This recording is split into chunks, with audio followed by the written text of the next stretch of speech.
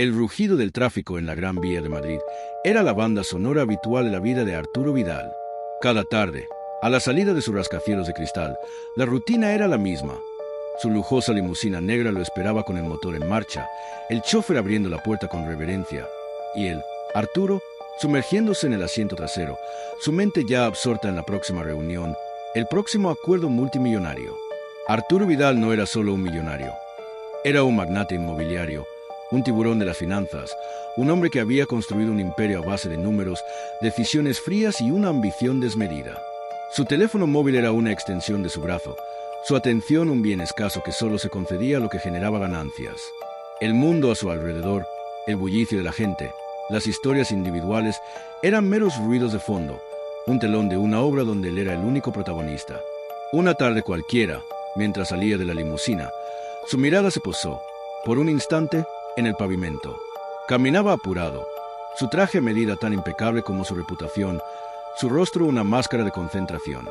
Ignoraba el clamor de la ciudad, los mendigos en las esquinas, las miradas furtivas de los curiosos. Pero esa tarde, algo fue diferente.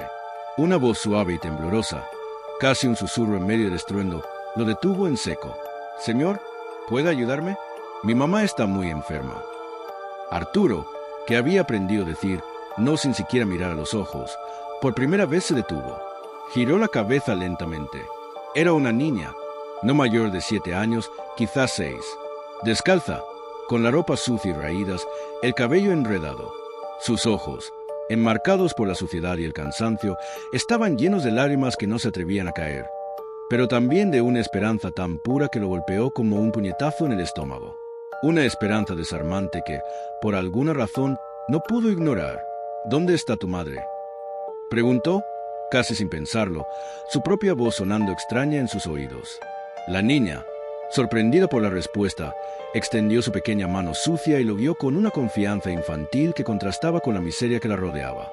Cruzaron calles concurridas, pasaron por callejones oscuros y estrechos, hasta llegar a las afueras de un barrio marginal que Arturo ni siquiera sabía que existía en su propia ciudad. El contraste con su limusina, con su vida de lujo, era abrumador. Un corazón roto y un alma dormida. Lo que Arturo encontró en aquel humilde y precario hogar, una especie de chabola levantada con latas y plásticos, cambió su vida para siempre. En el interior, sobre un colchón viejo y raído tirado en el suelo, yacía una mujer, inconsciente, pálida, apenas respirando. A su lado, un frasco vacío de medicina, cuyo nombre reconoció de inmediato como un medicamento costoso y vital. Y a un lado de la mujer, arrodillada, la niña a la que llamaría Elena. Estaba cuidando a su madre como podía, limpiando su frente con un paño mojado, con el corazón roto por el miedo, pero lleno de un amor tan inmenso que iluminaba la sombría habitación. La escena lo golpeó con la fuerza de un huracán. No era una estafa, no era una artimaña.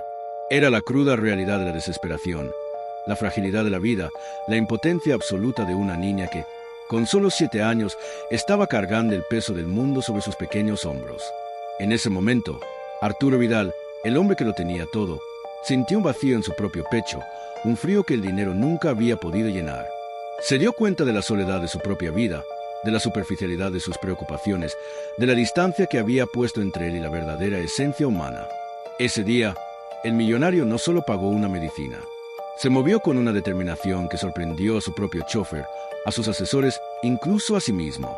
Llamó a su médico personal, al mejor especialista. Pagó una operación urgente en el hospital más prestigioso de Madrid. Compró comida, ropa, mantas. Cambió aquella chabola por una casa digna y segura en un barrio humilde pero con esperanzas. Y sin saberlo, sanó su propio corazón. El legado de la compasión. La madre de Elena, María, se recuperó lentamente.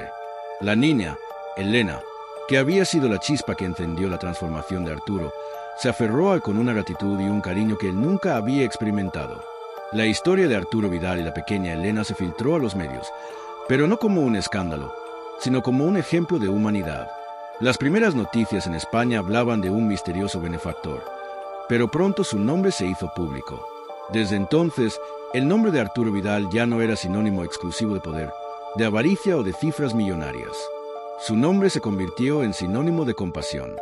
Transformó una parte significativa de su imperio en una fundación dedicada a la ayuda de niños y madres en situación de vulnerabilidad, especialmente en Madrid y otras ciudades españolas.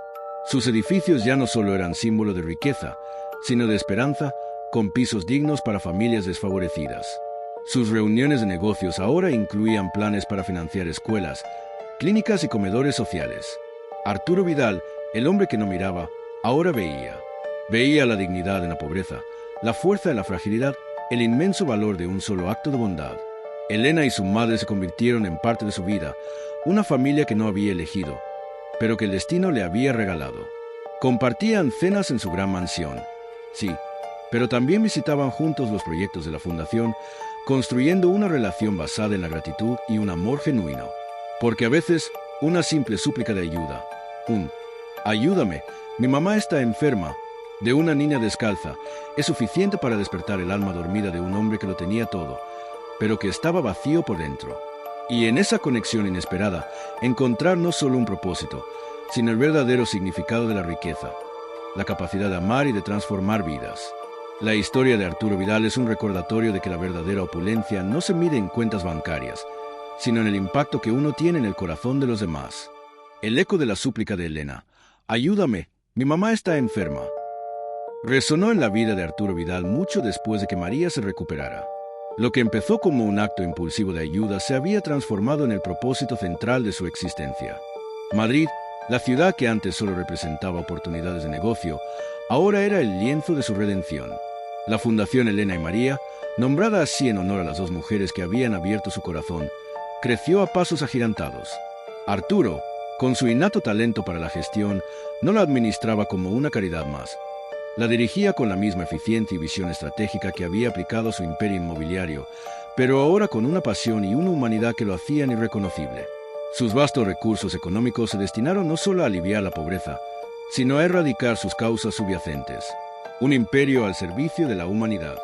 Los lujosos rascacielos que antes construía para oficinas y residencias de élite ahora tenían una contraparte: centros comunitarios de vanguardia en barrios desfavorecidos.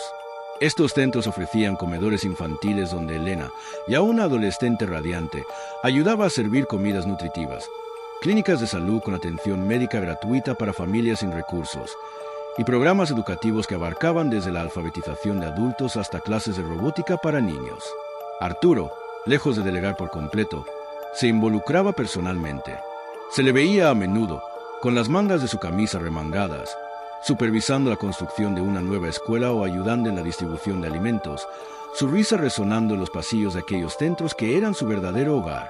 María, la madre de Elena, aunque recuperada, decidió dedicar su vida a la fundación, convirtiéndose en una figura clave.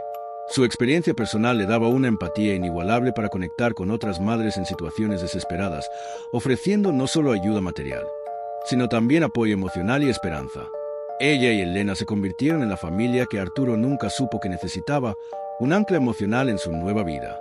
Las cenas en su mansión, antes silenciosas y solitarias, ahora estaban llenas de risas, de conversaciones sobre los progresos de la fundación y los sueños de los niños a los que ayudaban. El legado de un hombre transformado. La historia de Arturo Vidal trascendió las fronteras de España. Medios internacionales, asombrados por la radical transformación de un magnate tan conocido, lo entrevistaron. Sus charlas, antes sobre cifras y mercados, ahora se centraban en el poder transformador de la compasión, en la responsabilidad social de la riqueza y en cómo la verdadera plenitud se encuentra al mirar más allá de uno mismo.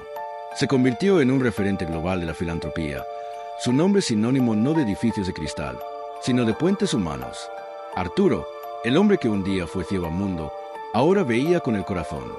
Su mirada ya no estaba fija en la próxima transacción, sino en el rostro de cada niño al que su fundación daba esperanza, en la sonrisa de cada madre que recuperaba la dignidad. La súplica de una niña en una acera de Madrid no solo había salvado a su madre, sino que había rescatado el alma de un millonario, forjando un legado que trascendería su propia vida y transformaría la de miles. Su historia es un recordatorio poderoso de que, en el corazón de la opulencia o la desesperación, a veces es el acto de bondad más simple, la mirada más compasiva, lo que tiene el poder de reescribir un destino y encender una luz que brilla para todos. El verdadero valor de un hombre, aprendió Arturo Vidal, no está en lo que posee, sino en la generosidad de su espíritu.